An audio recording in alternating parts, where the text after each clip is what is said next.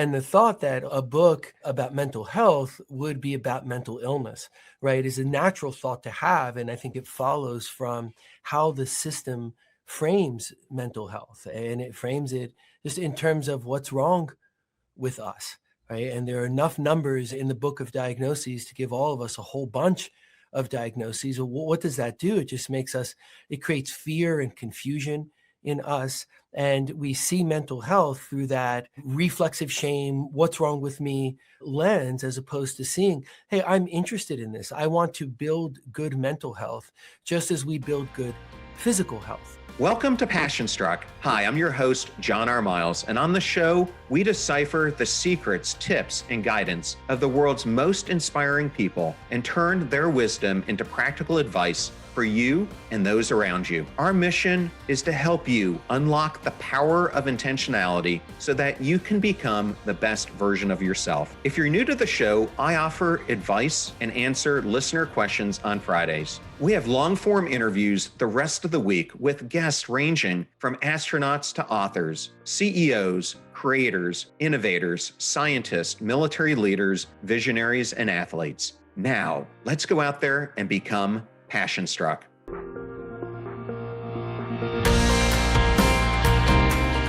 I am absolutely honored and thrilled today to welcome Dr. Paul Conti on Passion Struck. Welcome, Paul. How are you today?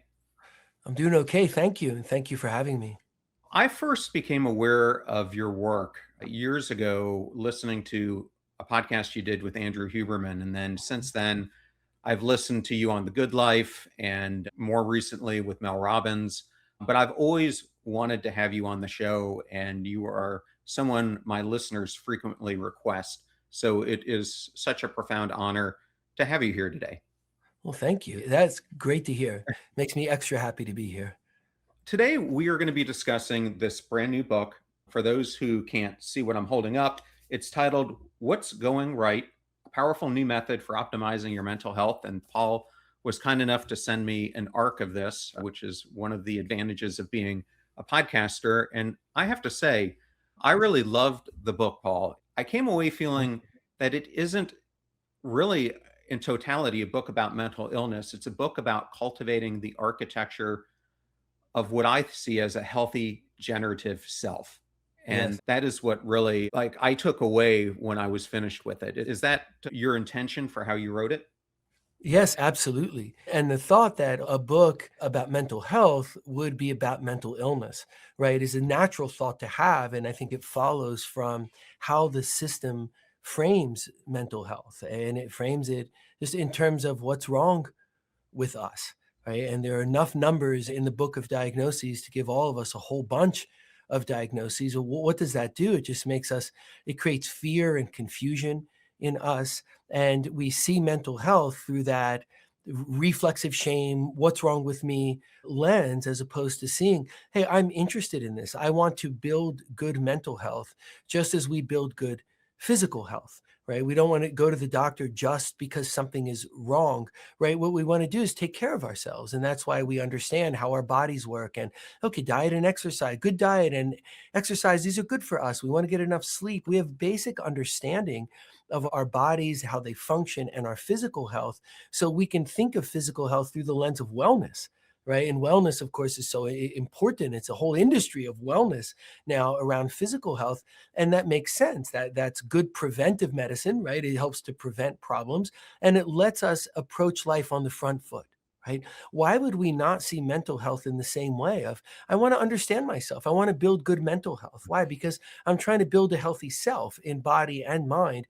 That's how I have the best life. So what I'm advocating for is a paradigm shift from the what's wrong with you version of mental health that just provides no insight, tells us to polish the hood when there's something going on in the engine, right? If we look at ourselves from the perspective of there's a lot going right in me, way more going right in me than is not going right if I'm just here and I'm paying attention. I'll get myself out of bed each day and I'm doing what needs to be done and I'm trying to think about my life. Way more is going right. I want to understand myself well. It's not a Pollyanna, let's just look at what's going right. Saying, no, what's going right is telling us the truth about ourselves. And it's through that lens we can look at what needs to be different so that we understand ourselves, bring change, and build good mental health for our futures. I want to start off in the introduction of your book. You write that we've been conditioned to see mental health as almost like a switch. And this resonated with me because that's oftentimes how we've learned to approach it. Either we're broken or we're not. But you describe it in reality as a spectrum. So let me Right. start there. What do you think the biggest mistake we've made in mental health is about how we treat it, but instead how we define it? I think it is in how we define it. How we treat it will come from how we define it, right? And if we define it in a way that just makes no sense, right? That good mental health is something that you don't think about, right? That's a nothing thing. Well, what we're interested in is when there are problems. Now there's something wrong and you're broken. Right. Imagine if we looked at physical health that way and we'd say, well, the only people who are in good physical health are people who are in perfect physical health. Right? We know we have no one, right? We have no one who's in that category, right? Why wouldn't it be? We look at our physical health saying, hey, we have our issues, right? Someone sprains an ankle or someone might have a chronic illness or we have a little bit of a high blood pressure. We're trying to keep our cholesterol in an ideal range. We all have physical health issues like this part of life. Why would we expect it to be any different? So when it comes to mental health, we don't define it in a way that says what we're looking for is we want good, healthy, robust mental health, right? Just like we want good, healthy, robust physical health. We didn't say it's either perfect. Is your physical health perfect? Oh, wait, it isn't? Well, you're broken.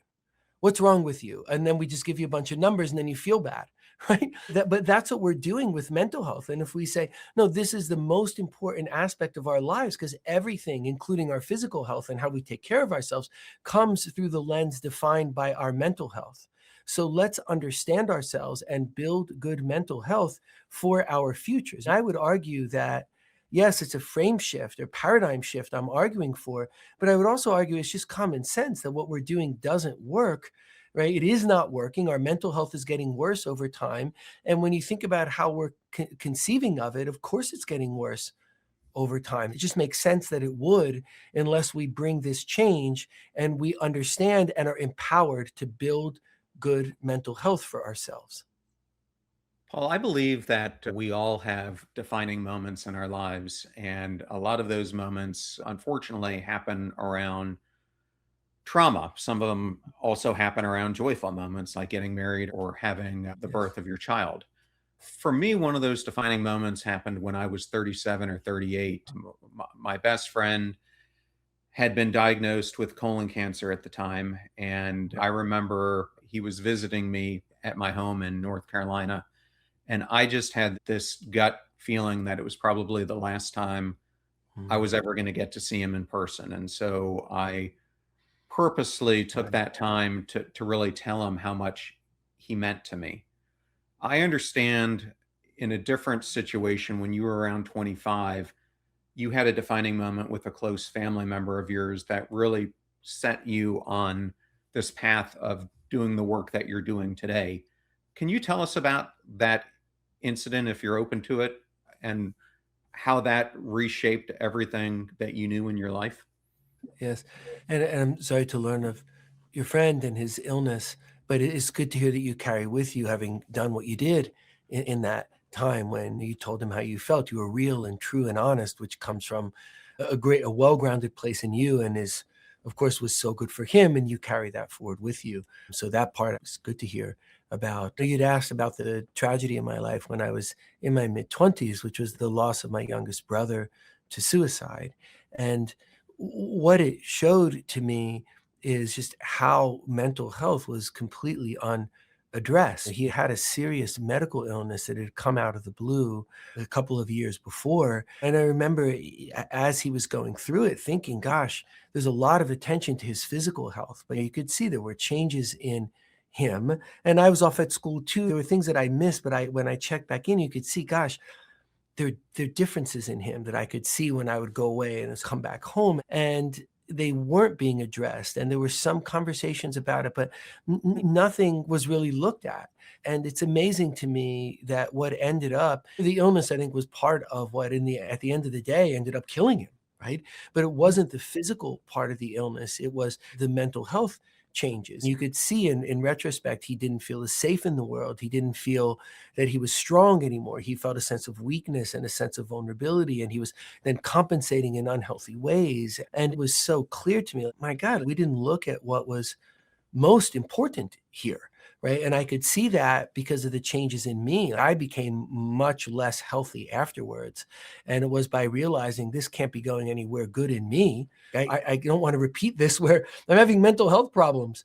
I need to do something about it. I need to put my hand up and say that I need help. And it really just made it so clear to me how our society doesn't look at mental health and doesn't address, hey, let's help this person build good mental health, no matter who the person is, let alone if they've had some real injury to their mental health, right? And the fact that we don't do that has awful consequences. And I saw right in front of me, sometimes the consequence of that is death.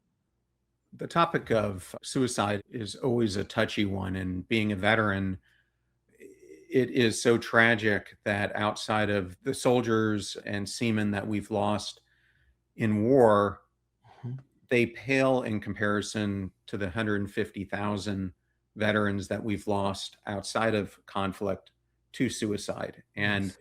Yes. having myself existed in this system at the VA, especially, I have always found while I'm there that they're constantly trying to give you a label, whether Mhm. that label is post traumatic stress or bipolar or this or that.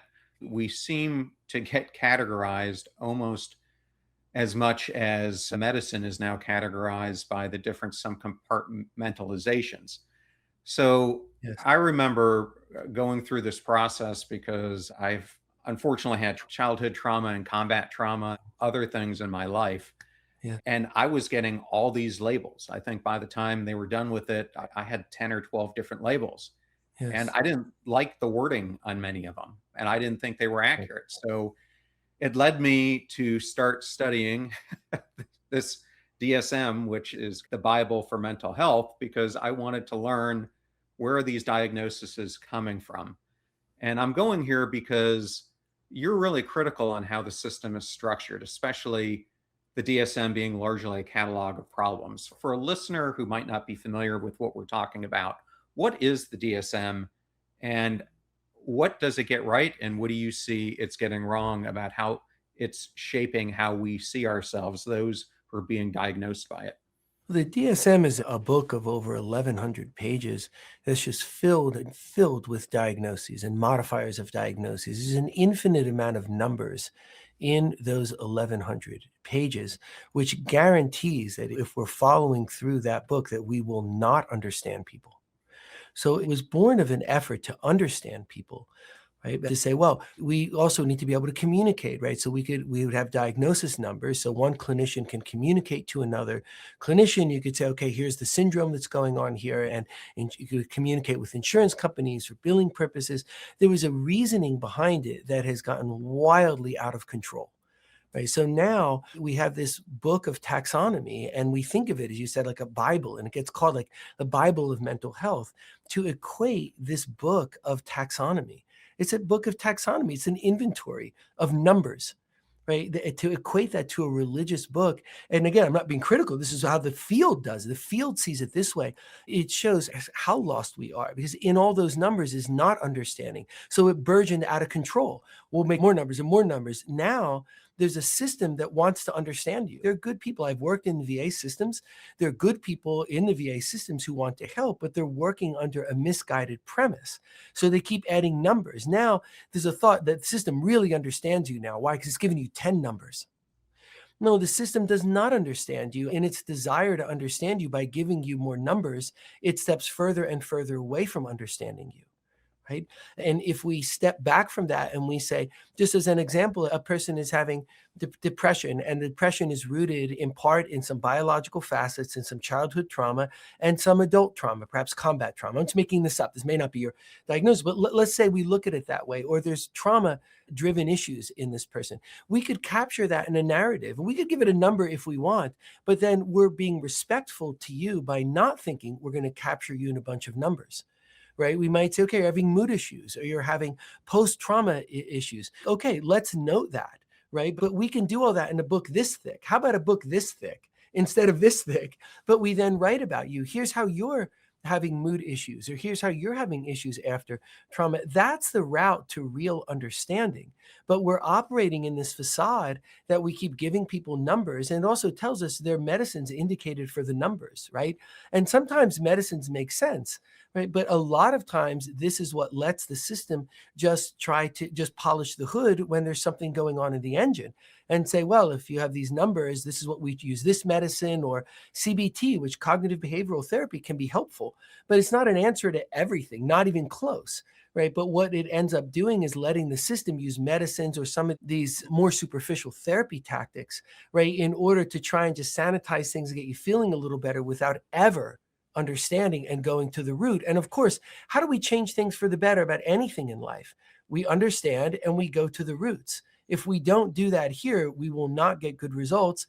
And we know that the data is out, right? That tells us we are not getting good mental health results.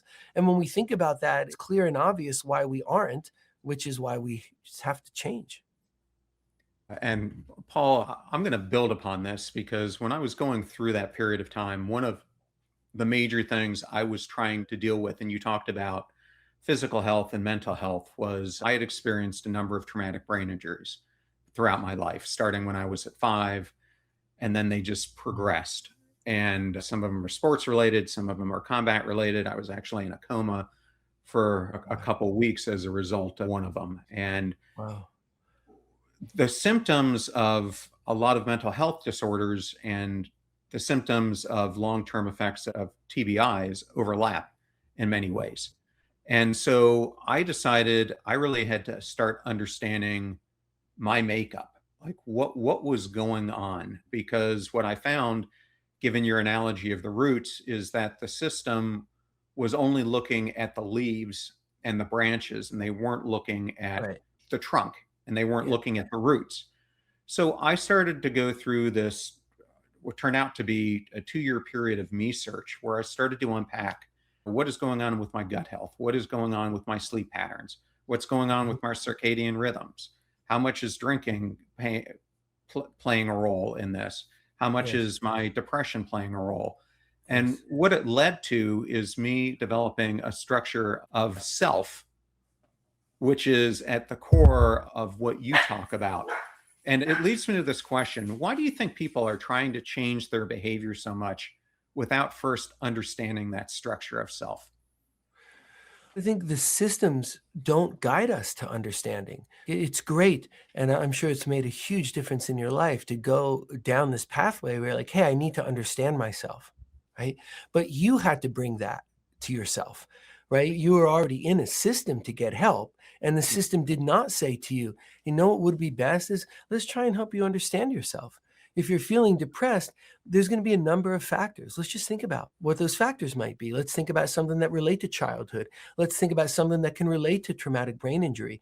Let's think of something that can relate to the psychology of combat experience and injury. Let's look at all of this, right? Because there's a whole you there that wants to understand yourself, and you don't want to be depressed. You want to make your life better. If we looked at it that way, we could still say, okay, this is depression, right? But we're not trying to give you 5 numbers of here's your traumatic brain injury associated depressive symptoms, and here's what's trauma related, and here's what's not. And is it major depression? Is it recurrent? Is it severe?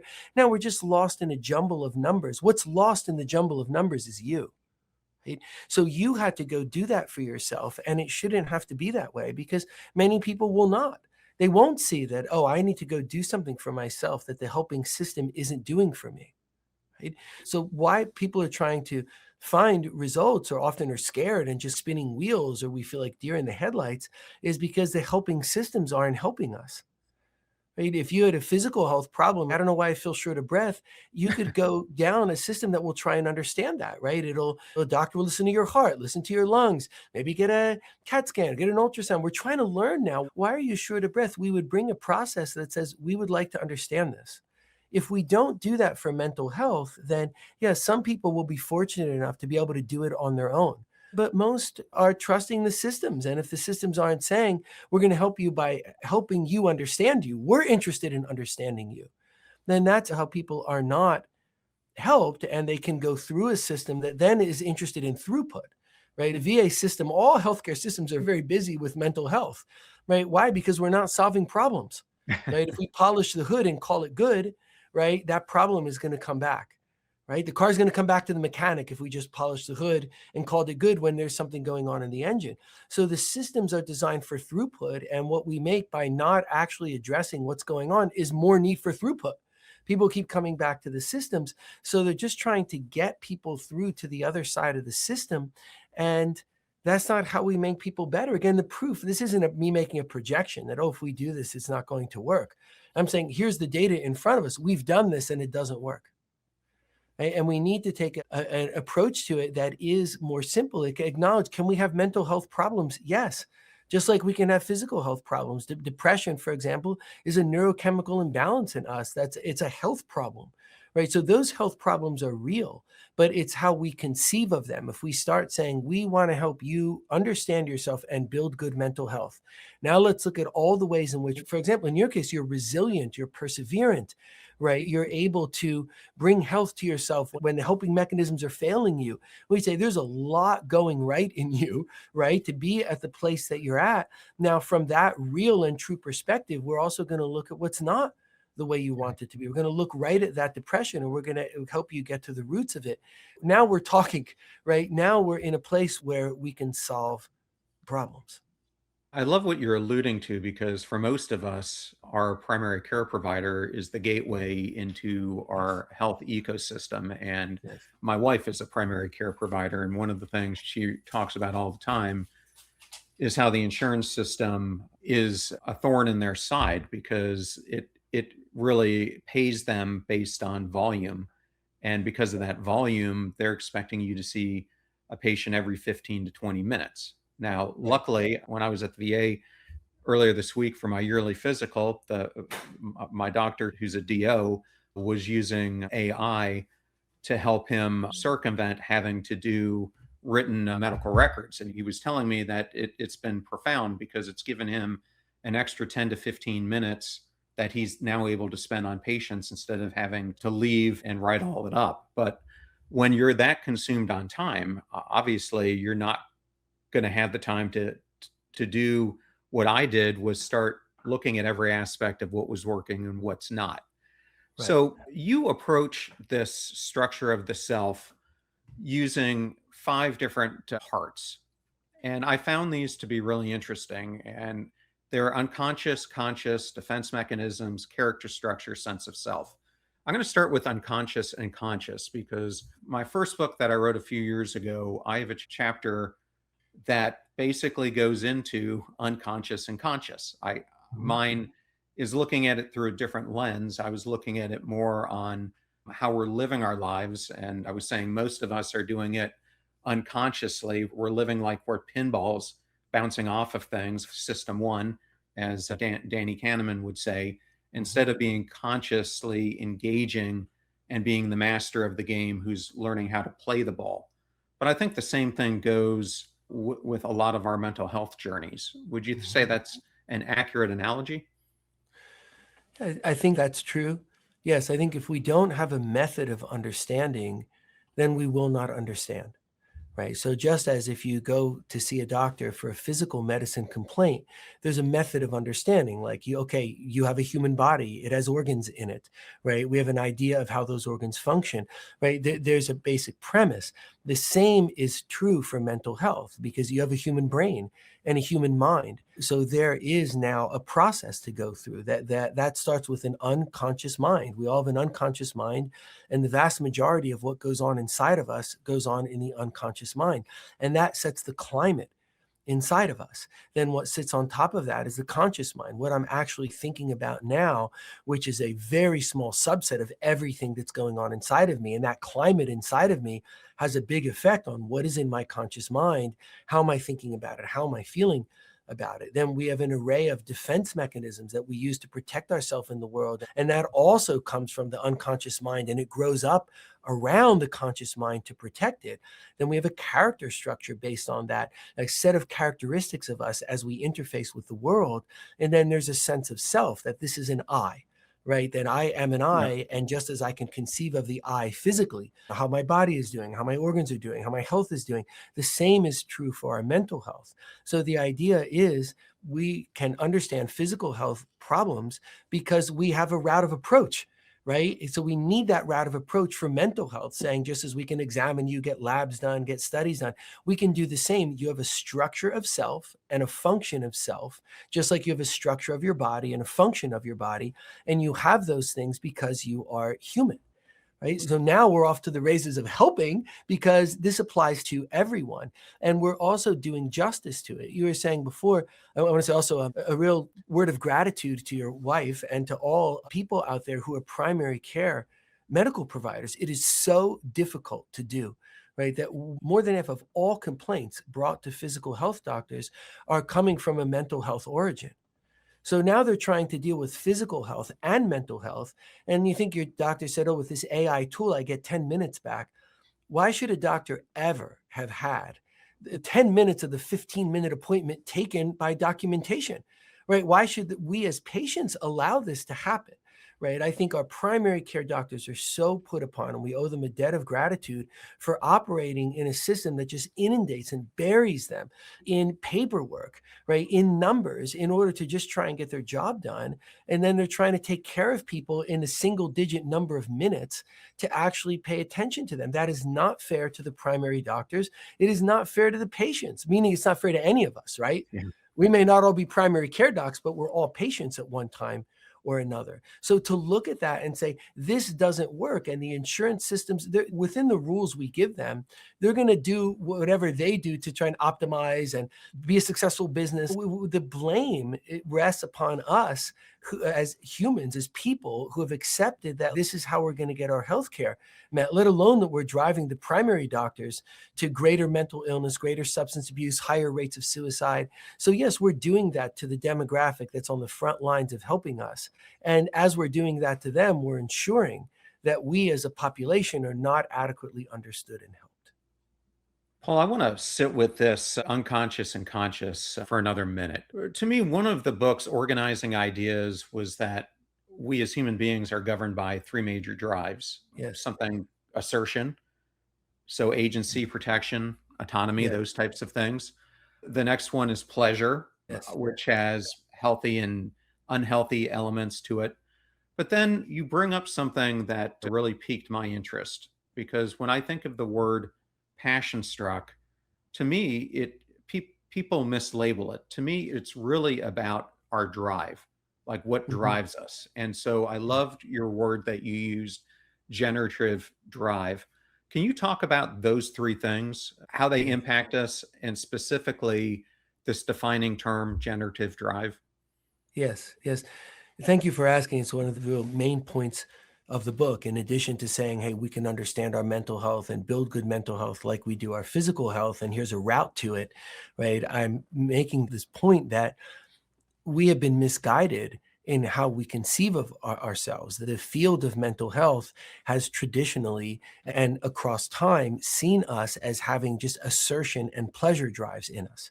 So that was considered as gospel. There are two drives in people. Assertion, we want to assert ourselves because we want to be able to do something and change the world around us. And why is that? Because we want pleasure. Right. And that pleasure could be things that we associate with pleasurable things, food, sex, etc. But it can also be the pleasure of safety, right? Of knowing there's a roof over my head. So we're just asserting ourselves so we can massage and manipulate the world around us so we can find our way to pleasure. To conceive of humans this way is so patently and obviously false, right? Like we would not be here as a species if that is all that was going on in us. There would be no altruism.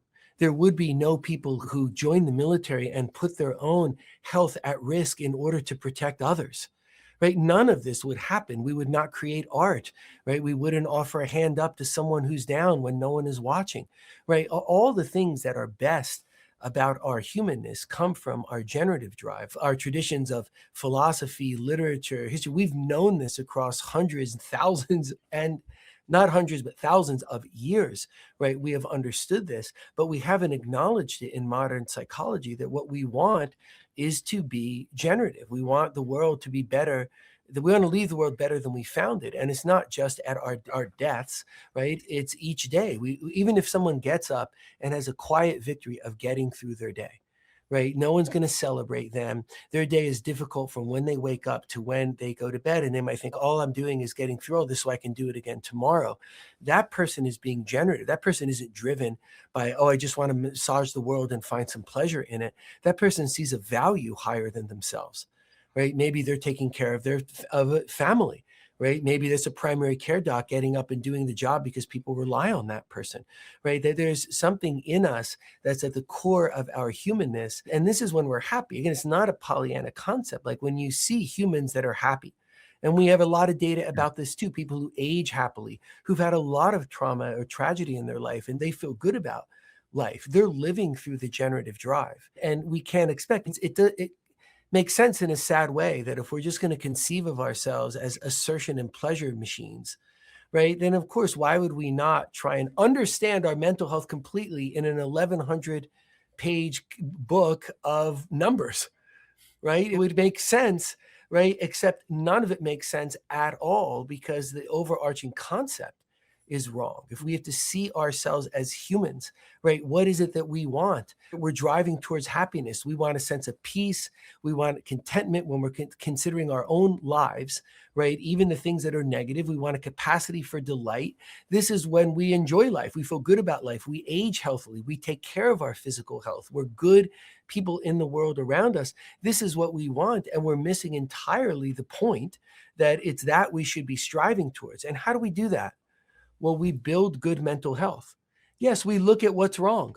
We look at if I'm having panic attacks or I'm having depression or look at what's wrong, but we look in an orientation that says we know what we're striving for and we know what good mental health looks like. And we know that there's a process to go through, right, in order to get ourselves there.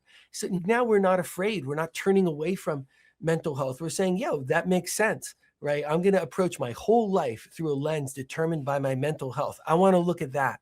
I don't want to be afraid of that. I don't want to polish the hood or look at the leaves when we need to go to the roots.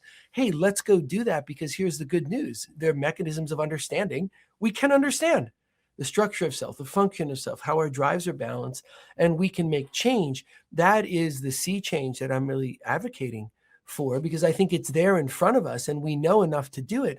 I like to think that there's some things in the book where there's some things that are original, I hope, right? But by and large, what I'm doing is taking what we know, right, through years of human experience in psychology, in literature, in philosophy, in our understanding of history and sociology, in modern neuroscience, in modern psychiatry. There's so much that we know that when we pull all this together, I think this is what we get. I'm not making it up in the sense that I'm just seeing this is in front of us. We know enough to put this out there and say, why maybe we should adhere to this, right? Because this is how we really take control of our lives, right? By taking control of our mental health. Yeah, even if you go back to Henry David Thoreau or William James or other great philosophers, a lot of them are really talking about this container. When Thoreau talked about quiet desperation, he was really putting a box around the architecture of the human self and that we were living differently from the way we should. So, what I really enjoyed about the book is this underlying notion that you have that if you're going to emotions, behaviors that you want to change, it gets beyond just symptoms management and it really gets into the core architecture. And that's one of the core aspects that I thought was this linchpin to the 5-part structure that you bring up. Is that how you think of it as an architecture, an operating system? I think yes, in the sense that we have these two foundational pillars, and one is our structure of self, and the other is our function of self. And upon those pillars, if we have health in those foundational pillars, and we go and look and we see what isn't healthy, okay, let me go change that. What is healthy? Let me make that stronger. Then we end up with these really good things. We end up with a sense of empowerment inside that lets us meet the world with agency. we end up with a sense of humility inside. We let ourselves be human, including all the trials and tribulations and failures and everything else Yeah. that comes along with being human. Then we meet the world with a sense of active gratitude. Now we're engaged in the world with agency and gratitude, and they're grounded in good, real, healthy places. And it's upon that we can keep our drives in balance. And keeping our drives in balance, where we're governed by the generative drive, helps those foundational pillars stay healthy, right? And now it helps us find that happiness that we're looking for, the peace, contentment, and delight. And that helps keep the system all in check. So you can see how we can have an upcycle of goodness where the foundational pillars are in check and the things that ride on top of it are in a good place. And we're governed by our generative drive. So our assertion and pleasure drives are in balance. And I've seen over a quarter century of being a physician, this is what health looks like, right? That when people are mentally healthy, and it doesn't mean like that's perfect, right? If we're alive, we all have our issues, right? Okay, that's part of being alive. We can meet the world from a place of good mental health, and then we're ready if difficult things come our way, and difficult things will always come our way. And we're also ready if they don't. And when they don't, we're ready to get the most and the best out of life. It is this that we want. And you're mentioning Thoreau and James, and we can go back farther. We can go back to Shakespeare and Cervantes were writing about this several hundred years ago. And we can go back to mythology, and we can go back to folklore traditions around the world, where like this is what we feel as humans. We're aware of the generative drive in us. We're aware of the purpose that we want to feel, but we haven't taken that knowledge, which is historical human knowledge, and integrated it to our conception of mental health right now. And then we end up with this giant book with 1,100 pages of diagnoses. And then you end up going to a system that wants to help you. And at some point you realize I'm just a jumble of numbers that I don't understand. And when I go look at those numbers, I certainly don't feel understood. And that's not, we have to bring ourselves current. We owe it to ourselves to take everything we know as humans that have a species that survived across all this time, and to put it together and say, hey, let's use what we know to take care of ourselves. And yes, of course, it's about us, right? And it's about the generations that come. It's about children. And if we don't have children, it's about young people, right? It's about doing the right thing for ourselves and for those who come after us.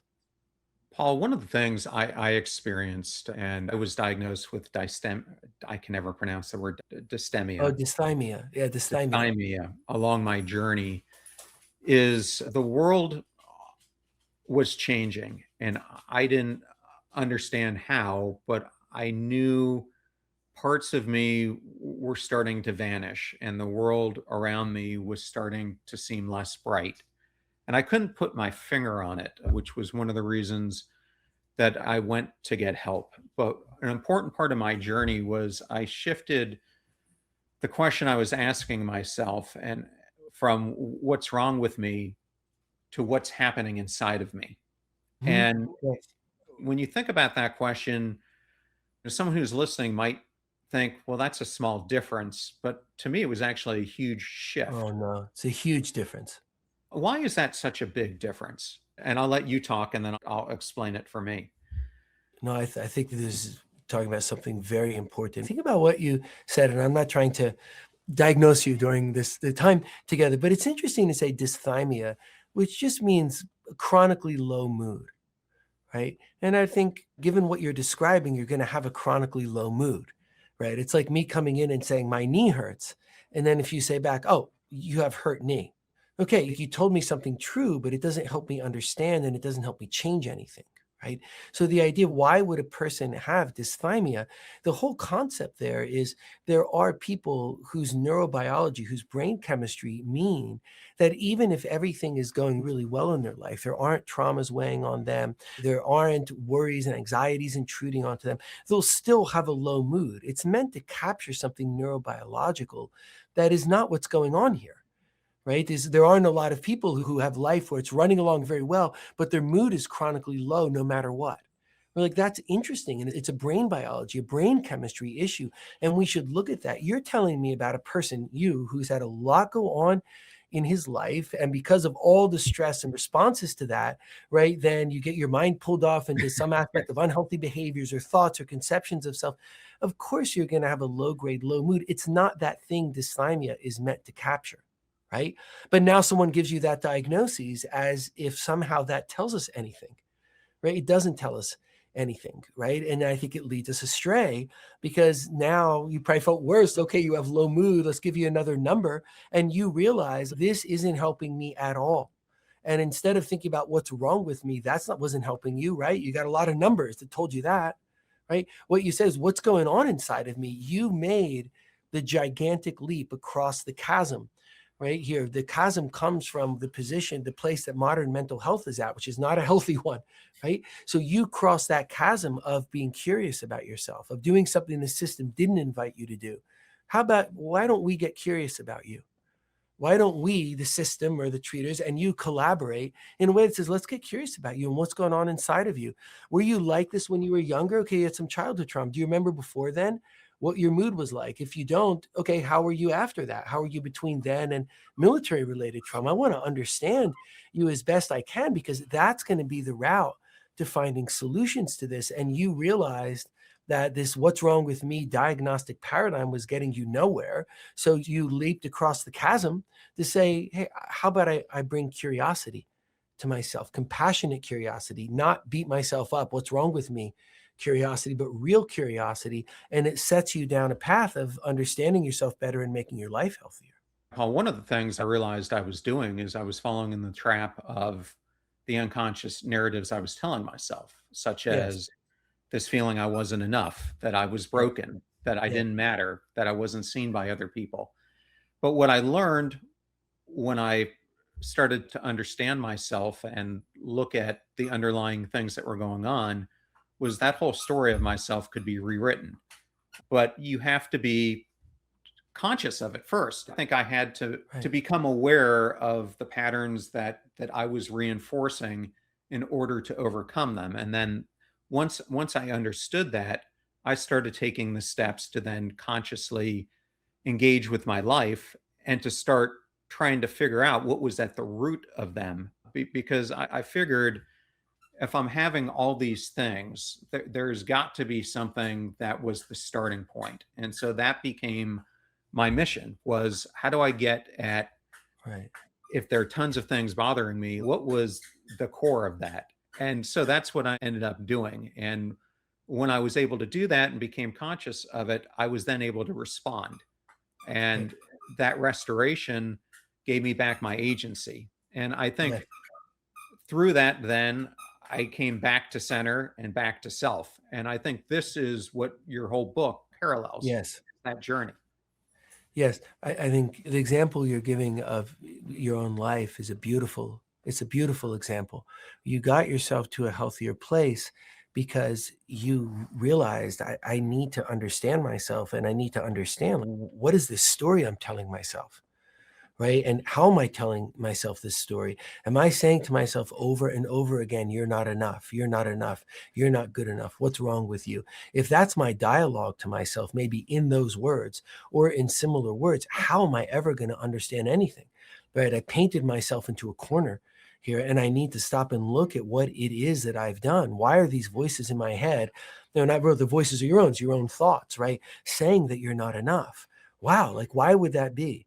Right? Why would I say that to myself? Right? You start becoming interested in that, and then that's your route to change. And I would argue it makes sense that you could not have gotten yourself better through any other route. Right? How could it have been through any route other than understanding yourself? Then you start realizing, oh, I'm inclined, even though I'm doing all these things and I've done these things in life to feel good about myself, I feel like I'm not enough. Wow, like where did that come into me? Do I want to tell that story to myself? Right? I write in the book, there's two different descriptions of my own life. Right. And they're both true. They're both based in fact. One is very negative and the other is quite positive, which the truth is whichever one I choose.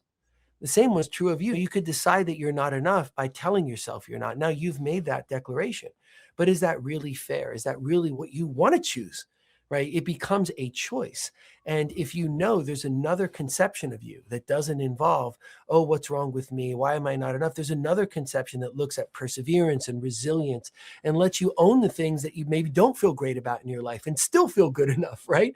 Right? That this is the difference that allows for health, but I think that it is really quite amazing that you would have to come to that on your own, right?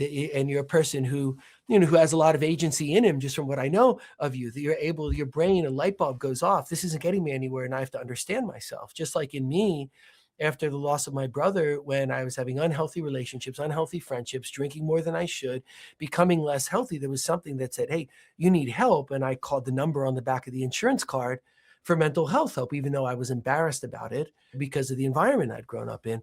We were able to do those things, but people shouldn't have to find their way to that, right? The system should say, here's how we're going to come at whatever is going on with you. We want to help you understand yourself. Right now, let's talk about practical change. The system has to bring that to people. Otherwise, most of us won't find our way to it. Right. And maybe we find our way to it just from some element of good fortune. Or I was fortunate to have an insurance card that had that number I was afraid to call. But at least I had the card and I called it. What if I didn't? Or what if you didn't have that light bulb go off? We are losing people to so much loss of good life that could be in life, a loss of people having better lives, and at times actual loss of life because the system isn't framing things the way that you just said. Let's help you understand yourself and bring change. This is not what we're doing, but this is what we need to do to make our lives better. And sometimes it's what we need to do just to survive. Yeah, thank you for sharing that, Paul. I'm not sure if you're familiar with the work of Stanford professor Jamil Zaki. Very little bit to very small. So please help me understand more. Jamil, I love his books and his work because he studies cynicism. And where I'm going with this is I was a complete cynic for a long time. Mm-hmm. And I love the way you describe this. You say cynicism is a self-made prison. And that's basically what I had created for myself. And out of that prison, I became, this term I use is a visionary arsonist. I wanted all these things in my life.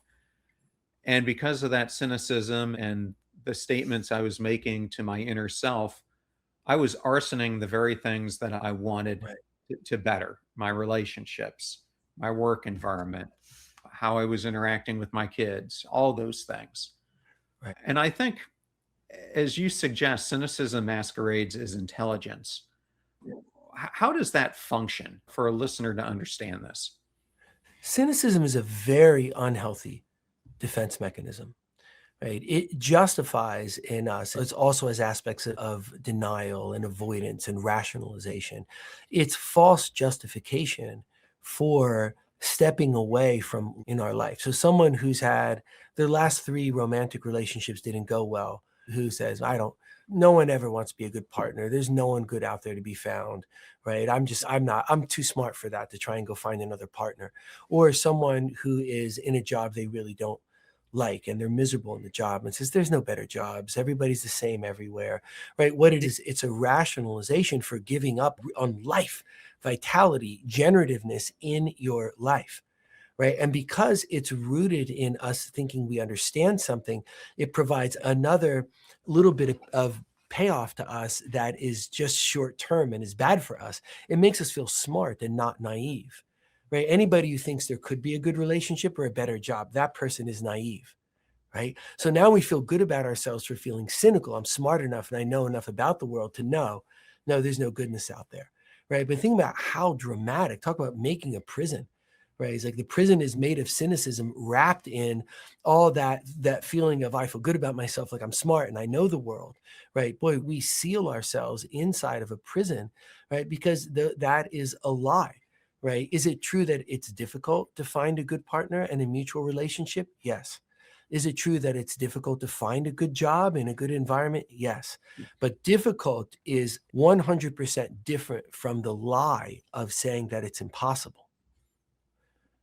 Right? If we recognize that things are difficult, we could say, okay, let's talk about how you could do this difficult thing. Maybe you could go about it differently than you've been going about it before. Let's help you do something difficult.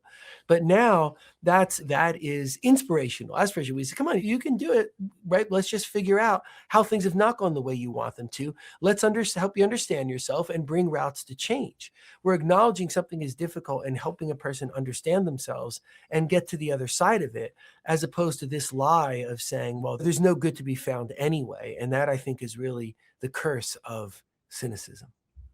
Paul, I want to end by giving the listener how they can apply what they're hearing and start using this in their Yes. lives. So, in the last chapter of your book, you give three reminders. You say, start or return to yourself. I think the next one was communicate often. And then the third one was fight well. Can you explain those to the listener and why these three things can help propel them to use all the concept we've been talking about today? I think, yes, is what they're intended to do is just to help us ground to ourselves, right? Touch base with ourselves, but then stay there. Right? So what is going on in me? There's so much temptation to look outside of us, right? If I feel upset, is like, who am I upset at? Who's making me upset? What am I mad about in the world, right? How is something else getting to me from outside? And we have to bring the spotlight back to ourselves and say, okay, I don't have to be afraid of looking at myself. What is going on in me? If I'm having conflict with another person, okay, what is that person bringing? What am I bringing to the table? What can I do to bring a solution state to this? Or maybe I want to disengage, right? I'm the person who has agency over me. Let me try and understand myself as best I can so that I can solve these problems. Right. So in bringing the spotlight, what the idea is to help us be intentional and to remind us that we can look at ourselves. And I don't need to be afraid to say, hey, if I want to really see who's behind most of what's not going right in my life, who has responsibility for most of it, I can go look in the mirror. Right? I can go look in the mirror and I'll see, right? The answer to that is me. And I don't have to beat up on myself because of that. I can find that empowering. What can I bring to understanding myself and having it better and making my own life better? If I'm doing that, I will be healthier and happier, and I'll bring that to the world around me. So I'm having conflict with someone, and I stop and think that person always wants to have conflict. They're cynical. That's how they go about life. And I think, well, do I think I have to set a boundary between me and this person? Right? Or maybe I'm having conflict with a person because whenever I get more frustrated with life, I feel less patient with that person. Let me bring this spotlight back to me. We don't have to be afraid. Am I going to find the problem in self or other or both?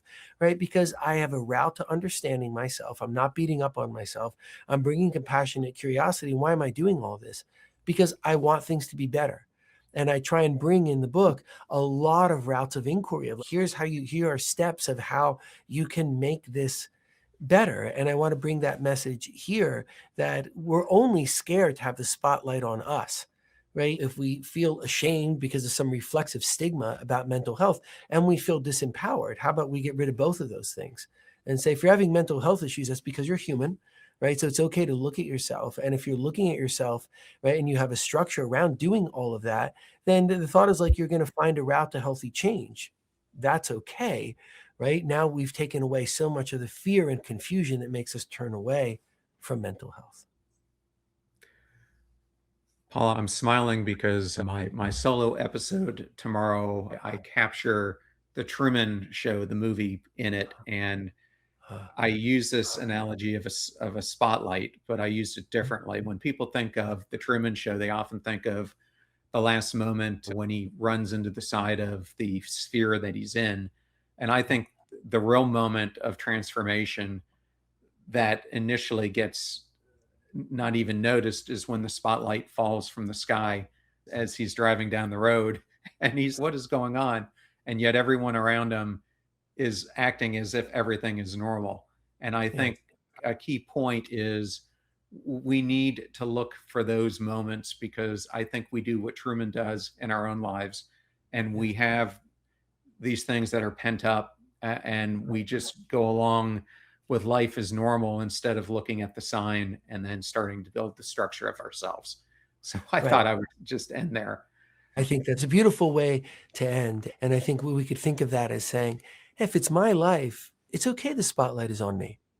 I don't have to be afraid of that. And if I let the spotlight be on me, it's not a selfish thing either. I'll be the healthiest I can be for myself and others. It's okay. It's your life. It's okay that the spotlight is on you.